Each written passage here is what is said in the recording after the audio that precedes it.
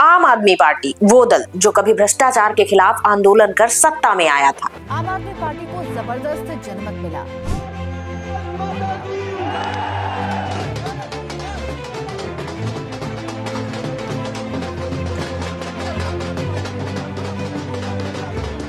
ये लोगों की जीत है, ये सच्चाई की जीत है।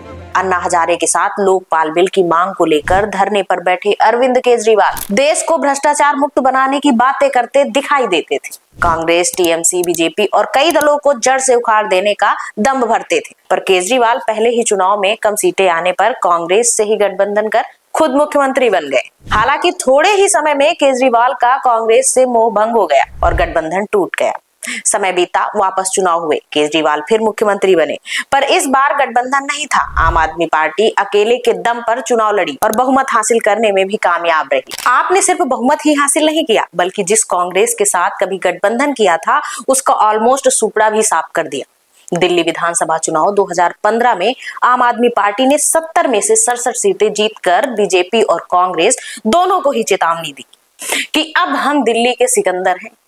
सब सही चल रहा था। केजरीवाल ने मुख्यमंत्री रहते 5 साल कंप्लीट कर लिए थे। 2020 में वापस इलेक्शन हुई। आम आदमी पार्टी को 5 सीटों का नुकसान हुआ, पर यह इतना बड़ा घाटा भी नहीं था कि आप सत्ता से बाहर हो जाए। अभी भी आप बहुमत के आंकड़ों से बहुत ऊपर थी। उसने 70 में से 62 सीटें अपने नाम की थी। अब तक चीजें बड़ी स्मूथ चल रही थी। हर तरफ आम आदमी पार्टी और केजरीवाल गवर्नेंस की चर्चा होने लगी थी। गुजरात की तरह अब दिल्ली मॉडल भी फेमस हो चुका था। खासकर दिल्ली का शिक्षा में सुधार और मेडिकल सुविधाओं के लिए मोहल्ला क्लिनिक खोलना लोगों को खास पसंद आया, और शायद यही कारण था कि आम आदमी पार्टी ने 2022 में 117 में से 92 सीटें जीतकर पंजाब में सरकार बना ली। 2022 का साल अगर आपके लिए अच्छा था तो कई परेशानियां भी साथ लेकर आया। भ्रष्टाचार मुक्त भारत का सपना दिखाकर सत्ता में आई केजरीवाल की पार्टी पर अब दिल्ली शराब नीति घोटाले के दाग लग चुके थे। 2022 से लेकर 2024 तक कई बड़े नेता लिकर स्कैम में जेल जा चुके थे। खुद केजरीवाल भी इससे अछूते नहीं रहे। उन्हें भी ईडी और सीबीआई ने तलब किया और जेल भेज दिया।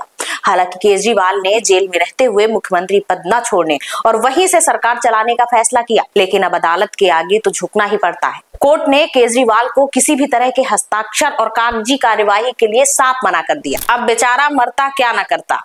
आखिरकार केजरीवाल ने 17 सितंबर 2024 को मुख्यमंत्री पद से इस्तीफा दे दिया और अब दिल्ली की नई मुख्यमंत्री बन चुकी थी आतिशी मार्लेना। 2 दिन के बाद, आज से 2 दिन के बाद मैं सीएम की कुर्सी से इस्तीफा देने जा रहा हूं। मैं आतिशी ईश्वर की शपथ लेती हूं कि मैं विधि द्वारा स्थापित भारत के संविधान के प्रति सच्ची श्रद्धा और निष्ठा रखूंगी। मैं भारत की प्रभुता और अखंडता अक्षुण्ण रखूंगी।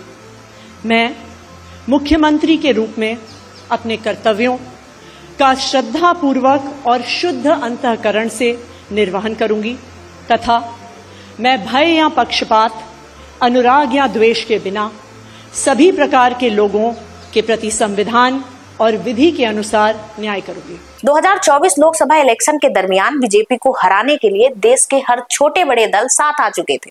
गठबंधन को ईडी अलायंस का नाम दिया गया। इस गठबंधन के सूत्रधारों में सबसे बड़ा नाम केजरीवाल का भी है। जिस कांग्रेस पर भ्रष्टाचार का आरोप लगाकर 2018 में गठबंधन तोड़ा था, 2024 में उसी के नेता राहुल गांधी को गठबंधन का नेता चुना गया और केजरीवाल खुशी खुशी इसके समर्थन में दिखाई पड़े। हालांकि इस बीच आम आदमी पार्टी पर सत्ता लोभ और भ्रष्टाचार के आरोप लगने शुरू हो गए थे। अब 2025 में वापस दिल्ली में विधानसभा चुनाव होने हैं। सबको लग रहा था केजरीवाल इंडी गठबंधन के तहत ही चुनाव लड़ेंगे, पर उन्होंने प्रेस कॉन्फ्रेंस में ये स्पष्ट कर दिया कि दिल्ली में कोई गठबंधन नहीं होगा। आम आदमी पार्टी अकेले चुनाव लड़ेगी। दिल्ली में कोई गठबंधन नहीं होगा।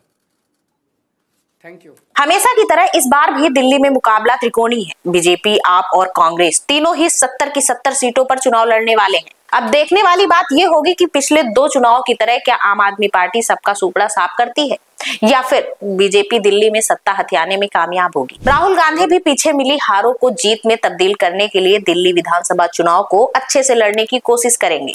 खैर, इन सब पर आपकी क्या राय है, हमें कमेंट कर जरूर बताइएगा।